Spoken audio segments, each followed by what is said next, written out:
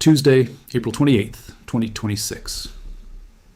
In the quiet clinical corridors of the Eccles Building in Washington, D.C., the air is thick with a specific kind of silence, the kind that precedes a tectonic shift. On your screen, the numbers flicker with a cold, rhythmic indifference.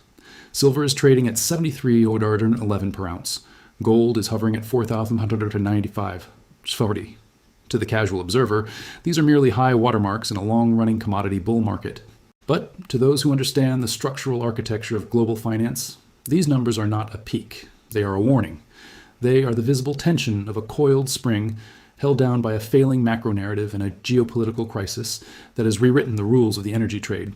Tomorrow, at exactly 2:30 p.m. Eastern Time, Jerome Powell will step to a mahogany podium to deliver the most consequential press conference of his career.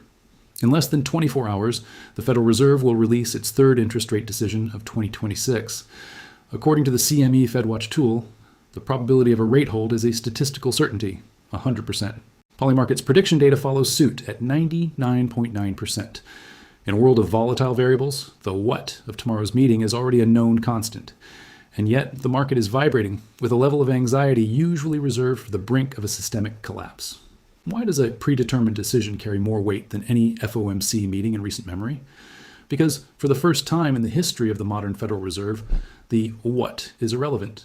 The why, the how, and the next are all that remain. Tomorrow, the movement of silver, and by extension the perceived value of the US dollar, will not be determined by a basis point adjustment. It will be determined by 12 words.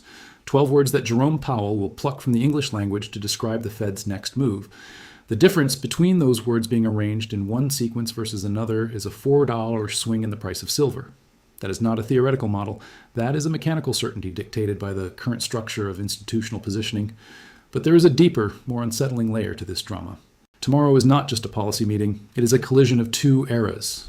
At 10 a.m. tomorrow morning, while Powell is likely reviewing his notes, the Senate Banking Committee will vote on Kevin Warsh's nomination to replace him as the most powerful central banker on earth. By the time Powell begins speaking at 2:30 p.m., his successor will likely have already cleared the committee. Powell's term expires on May 15th. We are witnessing an institutional handoff in real time, occurring in the same city on the same morning, against the backdrop of a global energy emergency. In the world of central banking, a lame duck leader is usually a non-event, a quiet exit into the lucrative world of speaking circuits and memoirs. But Jerome Powell is not leaving a stable world. He is departing a battlefield. He has navigated the post-pandemic surge, the most aggressive hiking cycle in 40 years, and now the stagflation trap triggered by the closure of the Strait of Hormuz. For months, the market has operated under the assumption that the Fed could eventually soft land this economy. But with oil pinned above $90 and March CPI hitting 3.3%, that narrative has dissolved. Powell now finds himself in a position central bankers fear most, a loss of legacy protection. When a leader no longer has to worry about the long-term political fallout of their term, they are capable of a level of candor that can shatter markets. Will he double down on a hawkish defense of the dollar? Or will he signal a desperate pivot to save a crumbling GDP? The institutional theater of tomorrow is unparalleled. We have a sitting Fed chair delivering his final capstone assessment while his replacement, a man with a fundamentally different relationship with a demanding administration, stands in the wings. This is the core mystery we must solve. Why is silver, the most volatile of the precious metals, currently functioning as the ultimate pressure gauge for this transition? To the algorithms, silver is just a non-yielding asset to be dumped when yields rise. But to the physical market, silver is a 6-year structural deficit manifesting as a financial crisis. The market is currently trapped in a binary state. Every professional manager, every high-frequency algorithm, and every institutional desk is sitting on the sidelines, waiting for that unambiguous signal. This sidelined capital is not passive. It is potential energy. It is the weight behind the spring. Tomorrow's press conference is the trigger. If Powell chooses his 12 words poorly, he risks breaking the back of the U.S. Treasury market. If he chooses them with precision, he might just manage the most difficult handoff in financial history. But for silver, at $73.11, there's no middle ground. There's only the expansion that follows the release of the valve. Over the next 96 hours, a gauntlet of data, the FOMC statement, the GDP growth preliminary estimate, and the April payrolls report, will converge to tell us the truth that the headlines have tried to obscure. Is the United States officially in a stagflationary spiral? And more importantly, does the Federal Reserve have any tools left to fight it? This is not just a story about a rate decision. This is a story about the end of an era of managed stability and the beginning of a volatile new reality where the only protection is hard, physical truth. Stay with me. Because to understand what happens at 2:30 p.m. tomorrow, you have to understand the mechanical chain that connects a central banker's breath to the price of a metal mined from the earth. You have to understand why $73.11 is the most dangerous price in the world right now. To understand the magnitude of tomorrow's volatility, we must look beyond the ticker symbols and into the institutional gears that have ground to a halt. We are currently living through a period of monetary interregnum, a rare, dangerous gap between two regimes of power. To find a parallel to the current situation, where a sitting Federal Reserve chair delivers a final, definitive policy statement while his successor is being confirmed in the same building on the same morning, you would have to look back through decades of central banking history. You won't find it. This is a unique institutional collision, and it is happening at the exact moment the global economy has hit a wall. The road to $73 silver began long before this week. It is a story of three massive economic waves that have finally converged into a single perfect storm. The first wave was the post-pandemic recovery, a period of unprecedented liquidity that many believed would eventually stabilize into a new normal. The second wave was the aggressive rate hiking cycle that followed, an attempt to claw back the inflation that the Fed famously labeled transitory until it was too late. But it is the third wave that has truly broken the system, the energy shock. The closure of the Strait of Hormuz hasn't just increased the price of a gallon of gas, it has fundamentally altered the chemical composition of inflation. When Jerome Powell speaks tomorrow, he is addressing an economy that is no longer responding to the traditional demand-side medicine of high interest rates. You cannot solve a geopolitical blockade with a rate hike. You cannot print more oil. This supply-side shock has pushed the March 2026 Consumer Price Index to a staggering 3.3% year over year, the highest reading in 2 years. In a single month, prices jumped 0.9%, a rate of acceleration we haven't seen since the dark days of mid-2022. While inflation is screaming upward, the engine of the American economy is sputtering. The Q4 2025 gross domestic product growth was clocked at a mere 0.5%. In the world of macroeconomics, 0.5% isn't growth. It is a rounding error. It is the sound of an economy that has run out of momentum. This creates what analysts call the stagflation trap, a nightmare scenario where the Federal Reserve's legal mandate, the dual requirement to maintain price stability and maximum employment, becomes a paradox. If Powell tightens rates to fight the 3.3% inflation, he risks crushing that 0.5% growth into a full-scale recession. If he eases to save the economy, he risks letting inflation spiral out of control, fueled by the energy crisis in the Middle East. This is the deep context that the financial media often simplifies into a single headline. The Federal Reserve is currently caught in a legal and logical contradiction. Its authorizing legislation demands two opposite actions at the same time. This is not a policy debate, it is a structural failure. To see where this leads, we must look to the 1970s, the only other time the Fed was truly trapped in this specific geometry. In 1973, the first modern stagflation episode saw the Fed caught between double-digit inflation and a contracting economy. The historical parallel for silver is precise and chilling. During that period, silver didn't just track with inflation, it decoupled from the broader market.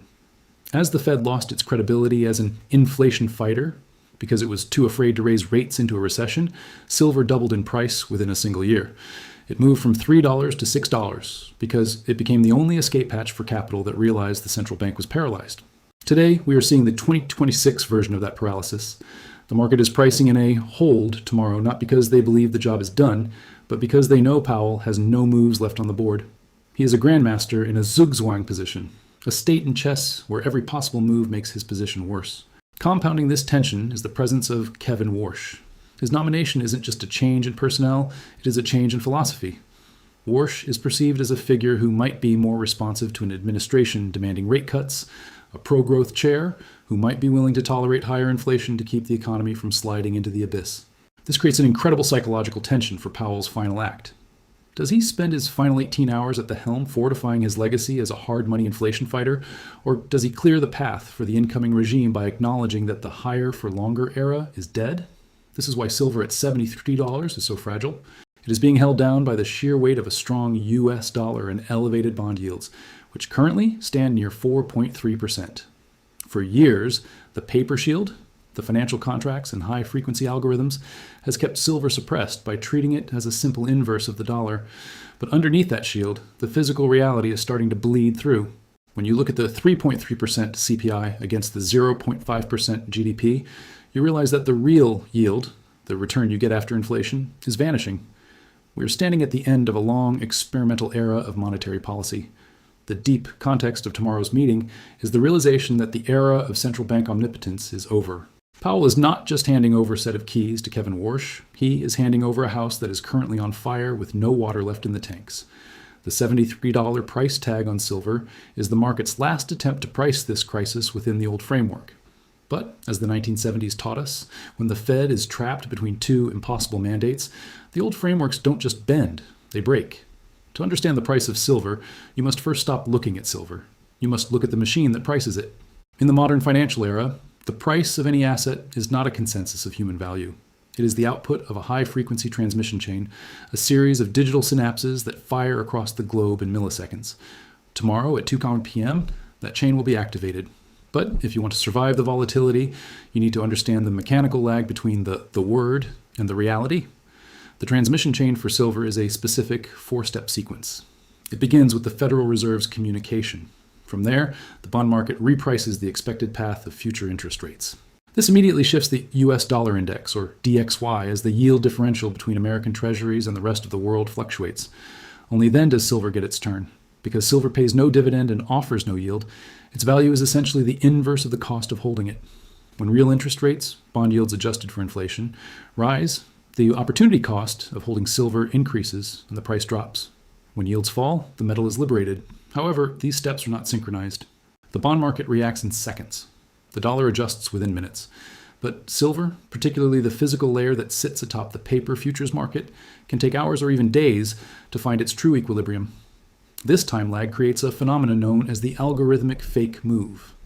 In the first 15 minutes after the FOMC statement, high-frequency trading bots scan the text for keywords. If they see restrictive or inflation target, they sell. If they see accommodation or risks to growth, they buy.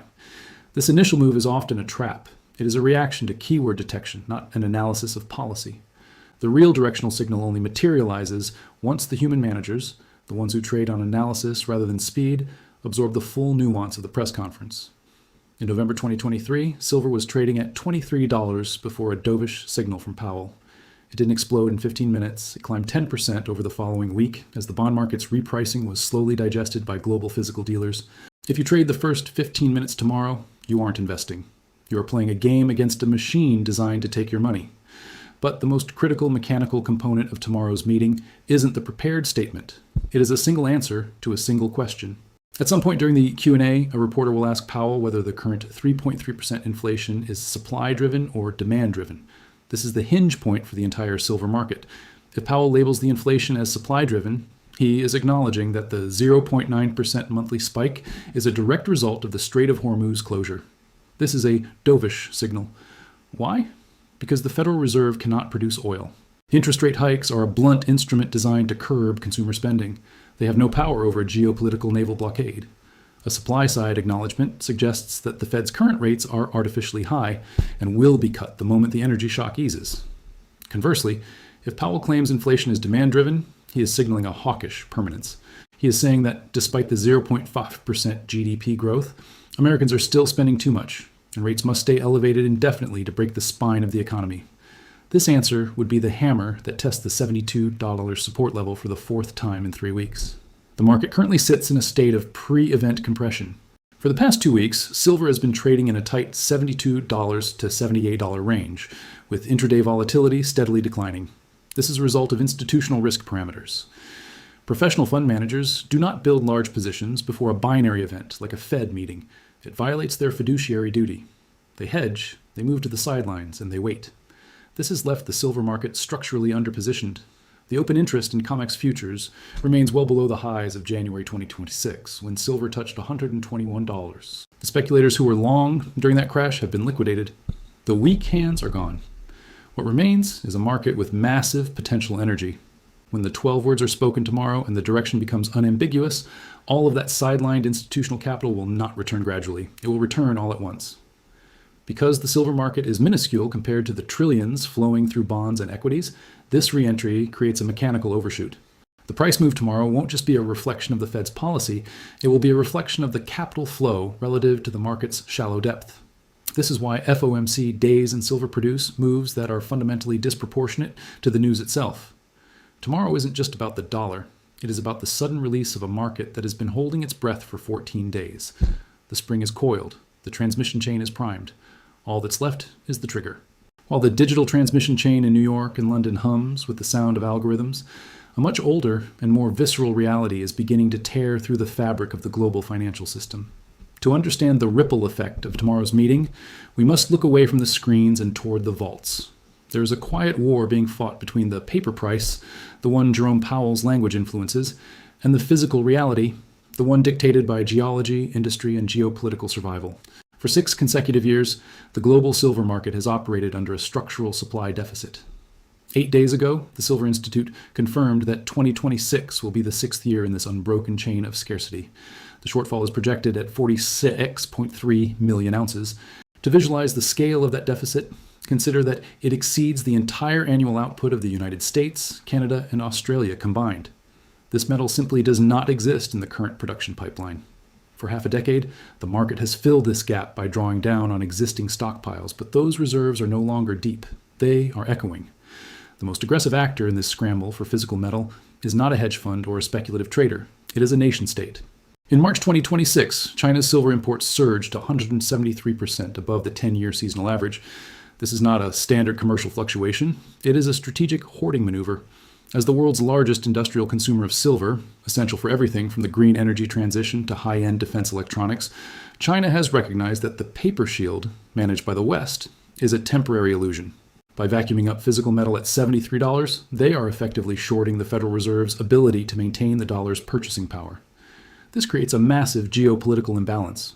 While Western institutional managers are waiting for 12 words from a central banker to decide whether to buy a paper contract, the East is physically removing the collateral from the system. This is the ripple effect that threatens the very integrity of the COMEX. Earlier this year, we saw unprecedented delivery stress on the exchange, when physical metal becomes so scarce that exchange officials have to offer cash settlements and hike margins to discourage delivery requests. The price becomes a fiction. A price of $73 is only real if you can actually exchange $73 for an ounce of metal. If you are forced to take cash because the vault is empty, the price is actually much higher. This brings us to the most stretched rubber band in finance, the gold-silver ratio. With gold at $4,595 and silver at $73, the ratio stands at approximately 62.1. Historically, this ratio gravitates toward 47.1. Geologically, silver is found in the Earth's crust at a ratio of roughly 8:1 to gold. At 62:1, silver is trading at a massive statistical discount to its yellow cousin. For institutional ratio traders, this isn't just an imbalance. It's a structural mispricing. Every day that the Fed keeps the dollar firm through high interest rates, it is artificially holding this ratio open. But the wider the ratio stretches, the more violent the eventual snapback becomes. The winners in this coming shift are those who have moved before the release valve opens. This includes the mining jurisdictions that are beginning to realize their subsurface wealth is being undervalued by a broken currency regime. It includes central banks in the global south that are diversifying away from a dollar caught in a stagflation trap. The losers, however, are the industrial sectors that have relied on cheap, abundant silver to fuel their margins. If silver reprices to reflect its 6-year deficit, the cost of the technological future, from solar arrays to AI hardware, will skyrocket. We are witnessing a global re-rating of what constitutes a safe haven. For 40 years, the U.S. Treasury was the ultimate shield. But in a stagflationary world where the Fed is paralyzed, that shield is becoming transparent. If the U.S. dollar index, DXY, is near 98.4, only because the Fed is frozen at 3.75%, then the dollar's strength is not a sign of health. It is a sign of a market that hasn't yet priced in the coming recession. The ripple effect of a Powell pivot or a Warsh-led era of accommodation is the death of the nominal protection. Your bank account may show a stable number of dollars, but those dollars are losing their real exchange value against the energy required to move them and the silver required to build the world they operate in. When the macro headwind of $90 oil and high interest rates eventually hits the immovable object of a 6-year physical deficit, the result is not a gradual adjustment. It is a structural break. The world is about to find out that while you can print a currency, you cannot print a commodity. And as the vaults in the West empty while the imports in the East surge, the geopolitical map of the next decade is being written in silver ink. The The final act of the Powell era is not merely a press conference, it is a clinical postmortem of a monetary philosophy that has reached its logical limit. As we stand on the precipice of this 96-hour data gauntlet, the air of managed stability that defined the last decade is evaporating, replaced by the cold, hard friction of a world that no longer responds to the traditional levers of the Eccles building. We are moving from an era of financial engineering into an era of physical consequences.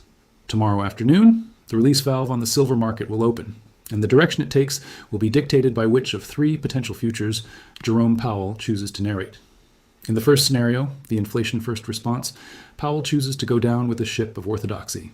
He frames the 3.3% CPI as an existential threat that demands a hawkish sacrifice, regardless of the 0.5% GDP growth. He ignores the geopolitical origin of the energy shock and treats the symptoms rather than the disease. If he takes this path, the paper shield of the US dollar will temporarily harden, and silver will be forced to test the $72 support level for the fourth time. But here's the analytical nuance that headlines will miss. In a lame duck context, a hawkish Powell is a gift to the incoming Warsh regime. It provides a high-yield floor that his successor can eventually cut from, but it does so at the risk of turning the current slowdown into a full-scale systemic fracture. If $72 holds, it is no longer just a support level. It is a structural floor that confirms the bear market is dead. In the second scenario, the conditional pivot, Powell attempts a managed retreat.